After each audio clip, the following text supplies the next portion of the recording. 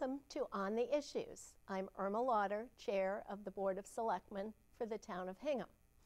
And tonight we'll spend a few minutes talking about upcoming Board of Selectmen meetings and another meeting that's happening on September 30th.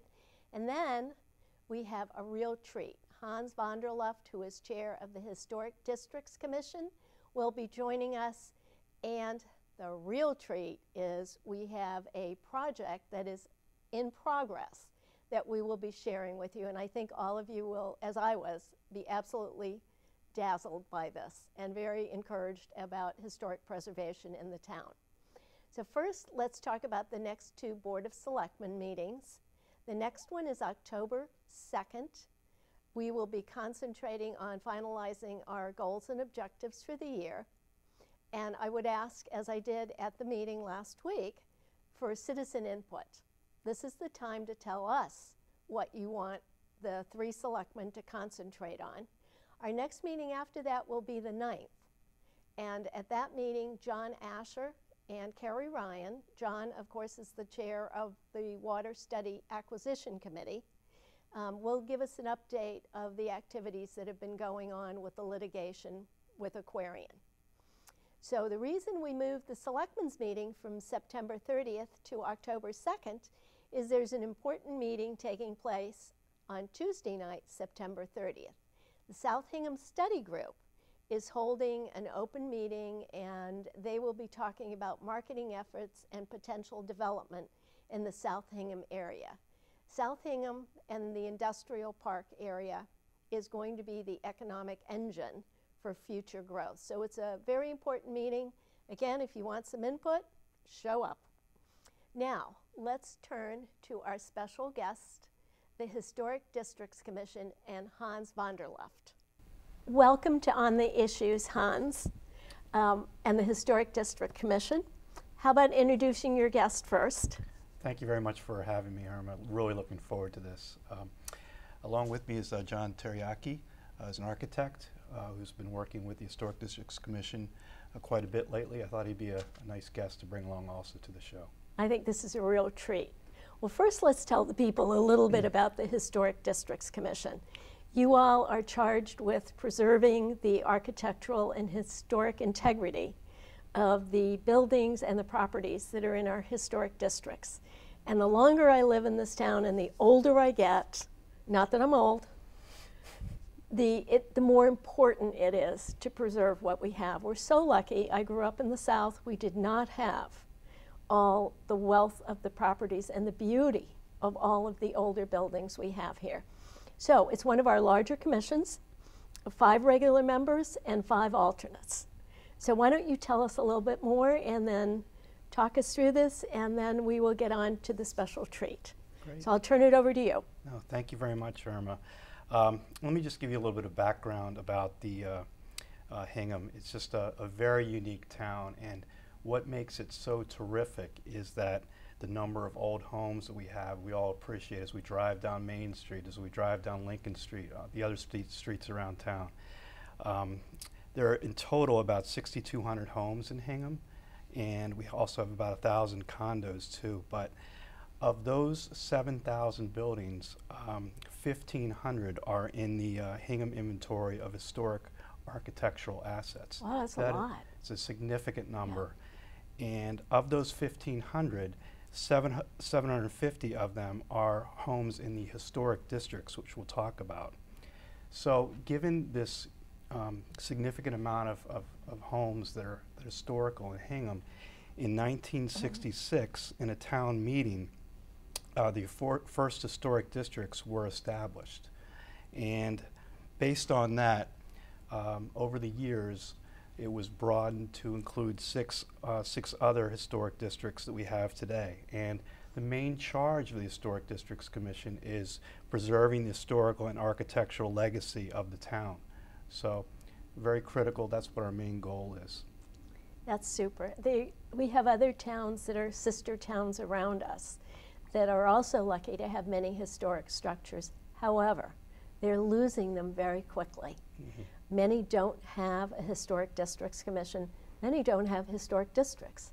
So I think we're very, very lucky, and I'm hoping at some point we expand these districts to include others and more of the properties that are of historic value. Yep, Tell us more. Very true. So, we have 750 homes right now in the Historic Districts Commission, and over time, I think what you're saying is right on point to include more homes, and we'll see how that goes over the over the future. But the main function of the Historic Districts Commission is preserving the characteristics of the homes in town. We want to maintain and improve the settings of those structures. We also want to encourage owners to make new constructions compatible with what's already existing. And lastly, we want to also promote community awareness for Hingham's heritage. So that's the main charge of the commission. And maybe we can talk a little bit about some of the the authority, kind of what stands behind. I think people don't understand, so I think that's really great. There is quite a legacy of how the commission operates and the backing of it. So why don't you share that with us? So the Hingham Historic Districts Commission, the authority basically comes from the United States Secretary of the Interior and the National Historic Preservation Act of 1966. So those two bodies are where the bylaws that Hingham enacted in 1966 and the historic districts, that's basically where the function and how the authority comes. So we're basically using that act and those and the district bylaws are in the town in order to move forward with what we like to do and preserve. How about talking a little bit about your goals and objectives for the commission, and then how the commission operates? Sure. Before we get to the good stuff. Sure. So one of the main things that for the Historic Districts Commission, I think we have a pretty good reputation in town. But what I'd like to also do as we move forward is change kind of the perception that maybe a few folks have out there about the commission. And I think what we'd like to do is encourage more people to file applications to tell us what they're doing with their homes, and we can move forward by expediting the review process through the process itself. So basically the commission is a group that's there's 10 members altogether, and we have 5 voting members and 5 alternates. So 10 very hardworking people. And they are hardworking. That I can attest to. Yeah. And we have an administrator, Andrea Young, who's been doing this for about a dozen years now. She's wonderful. Yeah, she's a terrific asset for all of us. Great to work with. But I think one of the things that's really important about the commission is that we have years and years of experience on it with architects, with builders, and they bring all that expertise, to these meetings that we have every month. And there's basically a process that you go through in order to make some changes to your home. If you want to do some repair work, say to a roof, maybe repair some siding, all you need to do is file a certificate of what we call non-applicability. And it doesn't require a hearing. It's just a basic form that you fill out and drop off at the Historic Districts Commission office with Andrea. If there's more substantial work that needs to be done to a home, say you want to put an addition on, change some windows, change the color of your home, then basically you have to file for a certificate of appropriateness. And it may require a hearing, but the hearings I can attest are very, very informative. I think they're very value added to the homeowner. I think with all the expertise that the panel has, they can really offer some keen insight to the applicants. And actually, you know this firsthand because the house you live in, you went through this process. Correct. And now you're chair of the commission. Very true. So about 10 years ago, I had a very positive experience with the commission.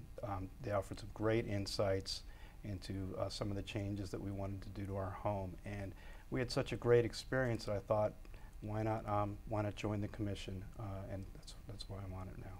That's great. It really is.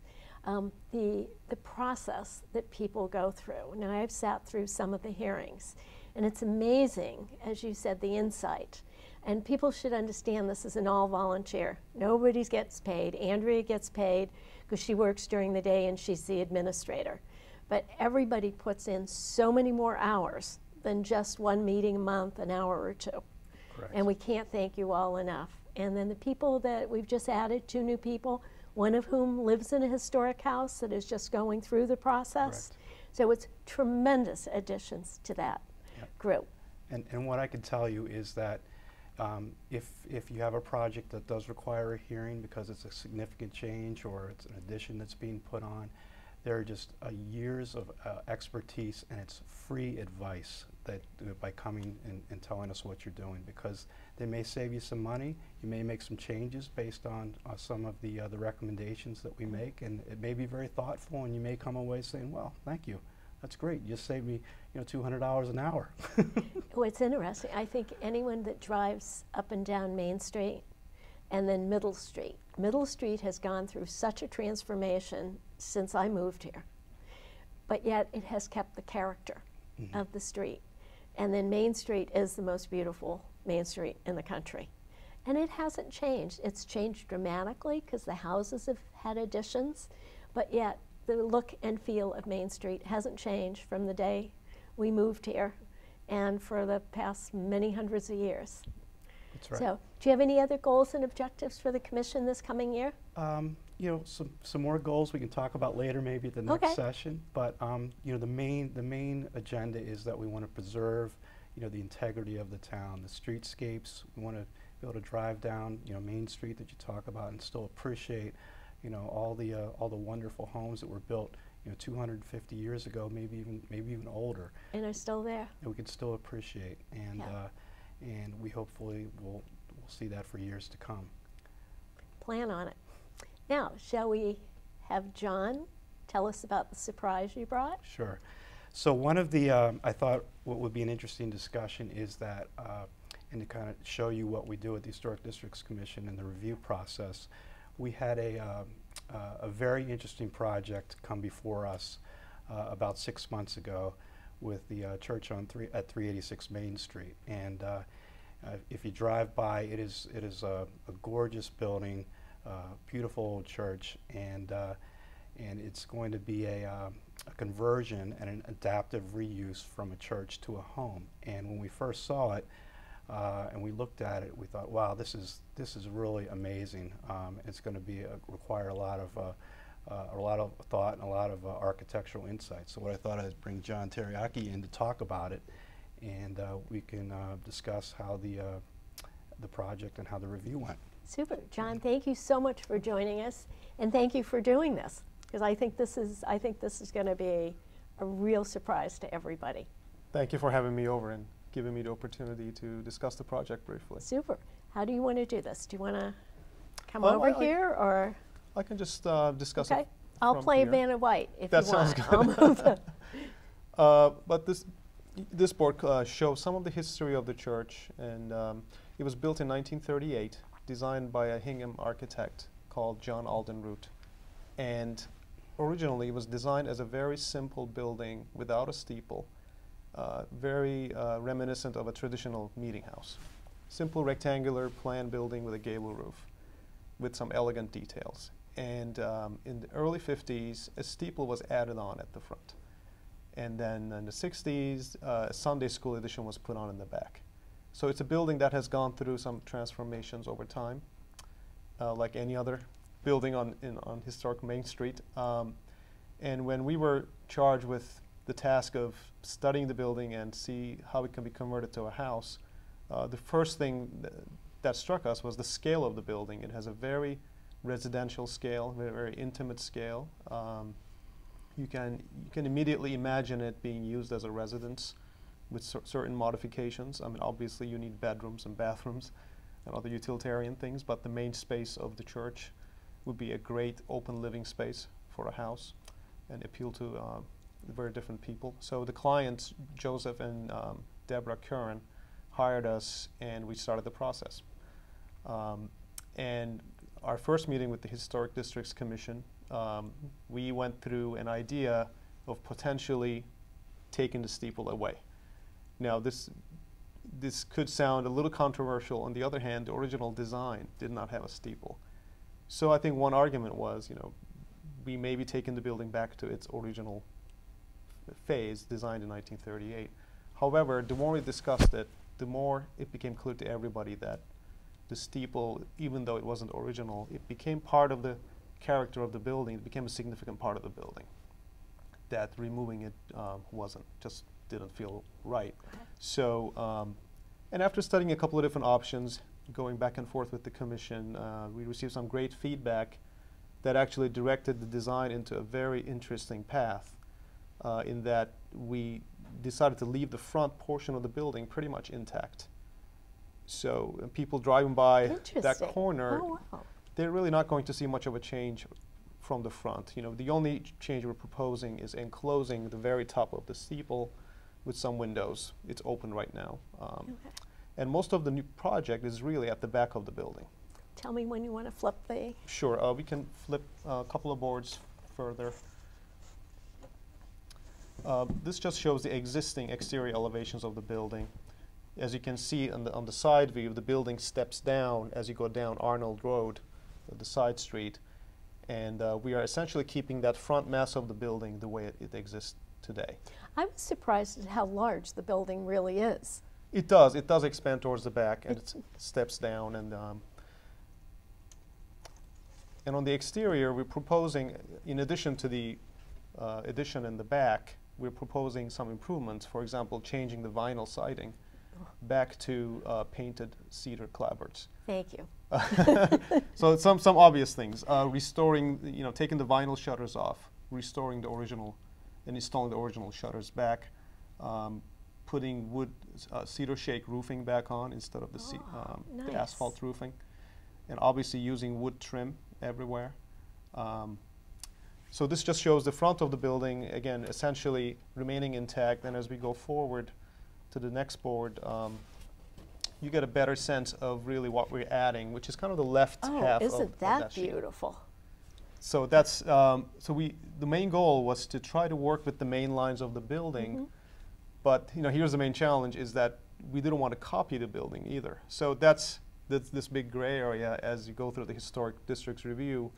In that, it doesn't necessarily mean that you should just replicate or duplicate the historic house exactly, because sometimes you just have to explore ways to complement it and enhance it with the addition. So that's a very challenging task, and I think that's kind of part of the journey of the back and forth and the reviews with the and this is where the commission can be so helpful, because they've been there on so many other projects. Right. And may have ideas that you never even thought of. Right, exactly. So we see it more as a discussion and less as a permit hurdle that you have to go through, I think, if you have that attitude. It's free advice. Exactly. It's really a conversation. Yeah. So how many meetings do we have all together? It was maybe 3 or 4 meetings? I think we had 4. Okay. Yeah. Yeah. And I remember when we first, when the first drawings we saw, the steeple was not there, and there was some shed dormers on the roof, and our primary concern was preserving the steeple, if possible, and really like the changes that you came up with in order to preserve that, but somehow work and convert this into a home with what you had to to work with. So a lot of challenges here in putting this all together. So. Right, and I'm glad we went through that process, because I think the end result of the dormers really being pushed back to the rear addition, where the new bedrooms are going to be. They're going to be looking out to this new backyard. The current parking lot is going to be changed into green space. Exactly, which is a great improvement for environmental reasons, but also the bedrooms will now be facing that backyard. So I think that feedback we got from the commission actually, I think, helped the design of the building. And that was a significant size parking lot. I didn't realize how large that whole parking area was. So putting that back into green space is going to be wonderful, and I'm sure over time there'll be beautiful gardens back there. Yes, and I think the neighbors living down Arnold Road and the surrounding area were generally supportive of the project. This is so attractive. It really is. Yeah, there's going to be some very nice living space towards the rear and a nice balcony off the back with nice views over the backyard. Right. Yeah. Right. Is there another board under this? Yes, there are some other Okay. exterior views of the building. We can just here you keep go. circling through. So that's what you And see. there's our steeple. Exactly, in the background. So this is what you would see from the backyard. And then there's one more board which shows the view from the other side. Now, can someone climb up into the steeple? Is that? Yes, they can, but only for occasional use. You know, it's still going to be unfinished and unheated inside. It's basically an extension of the attic space. But what a nice view. Yes, there. I think maybe you may see the ocean. I'm not sure. When all the leaves are down on a very clear day, Winter I'm sure day, we can. yeah. This is lovely. This would have been such a great loss because that is such a well-known structure. And it's such a pretty little structure. And you're right, it is kind of residential size. It's not like the beautiful large churches that we are so lucky to have in town that are so old and historic. Right. But this would have been tragic to lose it. Right. I think. I mean, hopefully, as the project starts construction, you know, we will see the building take shape, and people passing by Main Street will maybe notice it. And Oh, I think of they the will. process. And now that we've educated everybody a little bit more, I think you're going to have many more people watching. yes. Now, will it stay the same white color? Yes. And thank you for making the vinyl siding go away. Yeah. Yeah. So this is a beautiful example. It's not one of the 17th century, 18th century houses, but this is actually almost more important because this would have been one that we might have lost. Right. And it's one of those, I think, not so common adaptive reuse projects that are very interesting to deal with. Different challenges, but the whole process with the Historic Districts Commission, I think, was very educational for the clients as well. I think they really appreciated the dialogue, and so. And we also want to thank them for allowing us to show this tonight. Absolutely. I think it's going to be a real gem when it's done. Yeah. What Exactly. other examples can you give us?